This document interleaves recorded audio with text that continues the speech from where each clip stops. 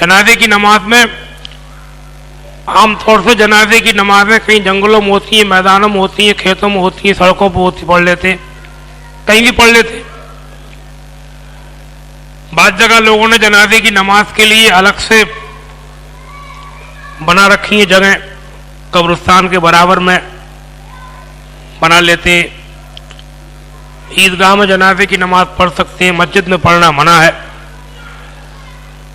मदरसों वगैरह में ही पढ़ सकते, ईदगाहों में पढ़ सकते। हाँ हाँ, वो तो अलग, उनका तो मामला ही अलग है। तो वो मस्जिदों में तो अपने हनफी मसलक में मना है,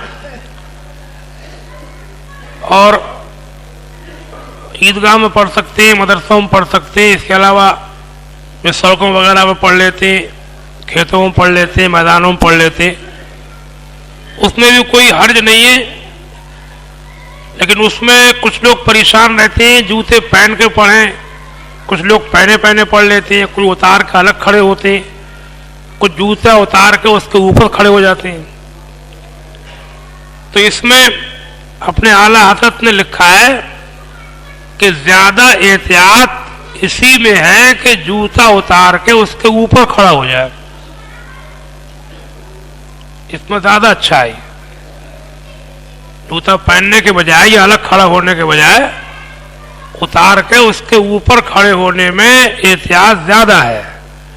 अगर जमीन नापाक भी होगी और आप जूता उतार के उसके ऊपर खड़े हैं तब भी नमाज हो जाएगी। जूता जब आप पहने हुए तो बदन का हिस्सा माना जाएगा, और जब उतार के उस पर खड़े हो गए तो बदन से अलग माना जाएगा। अब वो जमीन के और आपके पैर के बीच में आड़ बन गया। अगर जमीन नापाक भी होगी और जूता उतार के उसके ऊपर आप खड़े हो गए तो नमाज हो जाएगी। तो कुल मिलाकर के बात यह है कि उतार के उसके ऊपर खड़े होने में एहतियात ज्यादा है। अब ऐसे किसी भी जमीन को बगैर यकीन के नापाक नहीं कर सकते। असल में 3 सूरतें होती हैं। एक सूरत यह है किसी चीज के बारे में आपको यकीन से पता है कि वो पाक है, तब तो उसे पाक माना जाएगा, है ही पाक। एक ये कि आपको यकीन से पता है, आप देख रहे हैं कि नापाकी पड़ी हुई है, तो वो नापाक है। और एक सूरत यह है कि कुछ भी पता नहीं है कि पाक है कि नापाक, शुबा है, तब भी उसे पाक माना जाएगा। समझे नहीं आप? यानी अगर कुछ भी पता नहीं है, किसी भी जमीन हो, चाहे बदन हो, चाहे कपड़ा हो, अगर नापाकी का पता है तो नापाक, और पाकी का पता है तो पाक, और कुछ भी पता नहीं है तब भी पाक। अपने फिक्र का उसूल है असलुल अशियाए अत्तहारत। पाकी में, पाकी जो है वो अशिया में असल चीज यही है। हालत में लिखा है कि शुबे से कोई चीज नापाक नहीं होती। अगर शुबे की वजह से चीजों को नापाक कहा जाए तो कोई चीज पाक ही नहीं रहेगी।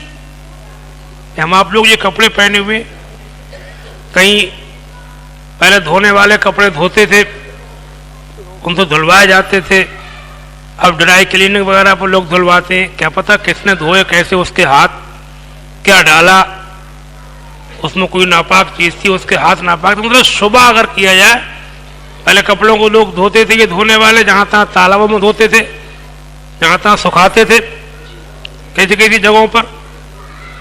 तो शुबे से ऐसी हम लोग ये नए कपड़े भी पहने हुए, तब भी क्या पता ये किसने बुने, इनकी रंगाई होती है, किसने रंगे, रंग कैसा था, रंग में क्या पड़ा, वो रंगने वाले के हाथ कैसे थे।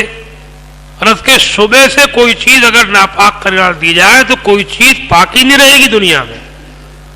गारा बना रहे हैं मकान का, आप जमीन पर फर्श लगा रहे हैं, क्या पता मिट्टी कैसी है, समझे नहीं। अगर उसके इस तरीके से शुबा जो है वो अगर किया जाए तो कोई चीज नापाक नहीं रहेगी।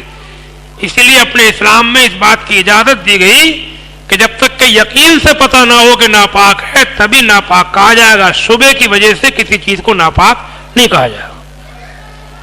कपड़ा हो, चाहे बदन हो, चाहे जमीन हो।